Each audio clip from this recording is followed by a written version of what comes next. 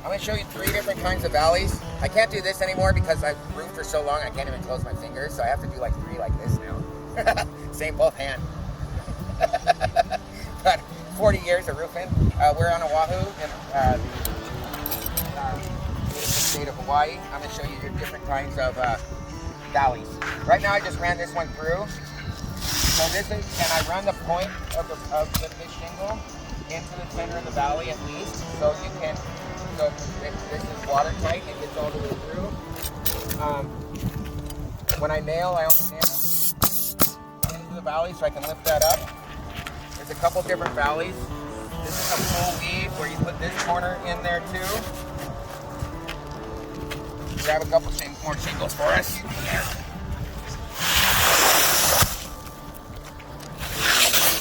It's called a full weave. And you can see my exposure is the same. That's how you kind of measure it. A normal 4 and 12 valley will follow your 5 and 5/8 side exposure. If it's a little wider, that's okay. It doesn't really matter. But when I do this side, because I'm feeding into the valley, I can totally make sure that my side exposure is the same as my height exposure. What I'm doing right now is, as you can see, this one's in the tip. This one's going all the way to the tip. So this is a full weave. Okay, I'm going to have to push that one a little further because of my side lap. And sometimes it keeps crawling, and I can show you what to do later on that one. So here we are in the full weave. Okay, and there we go. Okay, and that would be a full weave. Okay, I'm going to take this apart. I'm going to show you a cut valley.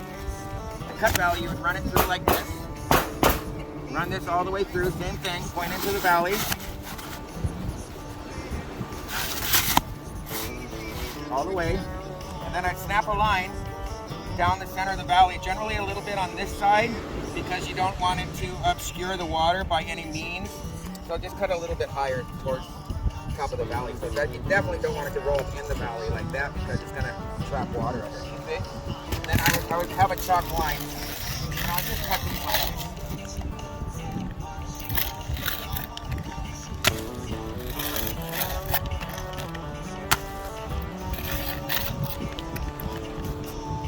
And there you have a cut valley. Okay? It's a really nice valley. It's really good like if you're doing pop outs because you can shingle up to the bottom and then I can run both sides of my pie. And then when my main body of my roof comes up and goes around it, it just goes around the top and it's all one piece. It's really freaking awesome. This is what I do on all my California pop outs. Okay? Now we have another kind. It's called I know I'm in Hawaii, East California, but that's where I cut my teeth. So here, this is almost like a cut valley, but you use what we call a California point out. I'm going to run this to the center of my valley, maybe a little bit this way again. And then when my shingles go in, I'm going to put this bottom corner right to there. And when I nail, I'm going to nail like this. But I'm going to nail this high. So I'm outside the valley. You want your valleys to flex. You want them to go up and down. They're going to glue, with the glue tabs that you have on the back. And so it's going to keep it, it won't blow up. Nothing, it'll be fine. I've done many years. So this is what you call a California point out with a bleeder. You can see this nice straight valley.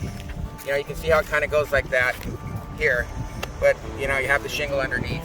That's why when you're nailing this, you call this a bleeder. When you're nailing this bleeder, if you want to nail it, you want to nail at least up in the lap like that. Because that way, this is all that's going to be exposed and you won't have any exposed nails. Okay? Now, we're going to do my invention. Everybody thinks there's 3 kinds of valleys.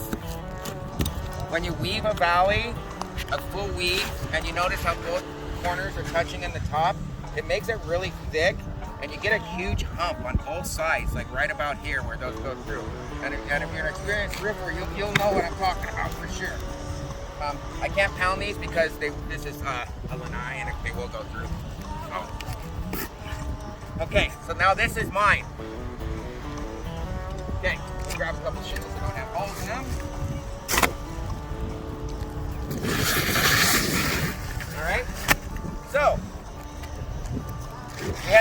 spot that went like this. We had a Wolf Valley that went all the way through. And my thought was, when I have something that's like the bleeder or something, you can get sideways water or debris or anything that gets trapped underneath it. I think this is the Bob Justice School of doing valleys. This is the fourth way. I can do 4, not 3, but 4.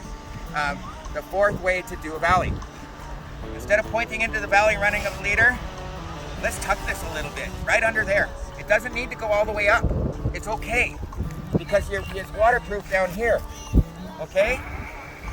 So what I'm gonna do is I'm gonna do my valley, okay? And look where it runs, the center of my valley. I got my cuts on both sides almost perfectly even. It's really a cool thing. So I'm just gonna run it like this. Nail hard again, because you want your valley to be able to flex. And I'm just gonna tuck it right under there, just a little bit. And if you're like really anal, you could like make sure that it doesn't have the double like this, it has a single, but it doesn't really matter. And sometimes if like your valleys are gaining or losing, like you have a steep or shallow valley, you can skip one and go up to the second one and cover 2 if like your valley's moving. And when you start doing this process, you'll know what I'm talking about. You'll see your valley start to move, and that's just fine. Just like if this starts to gain, what you can do, if this starts to gain too much, and like you have to go under too far because you got to keep your side lap, and you're going under way too far, let me do another one, because this one, unfortunately, to show you that, there's a nail right here. So as you get towards the, oh my God, you move. That's that glue. Malarkey, the only way to go. The glue is like badass. Okay, so I'm just gonna tuck it right up under there like that, real nice. Well, so what I was saying on that is if it starts going through too far and it becomes almost like a full weave.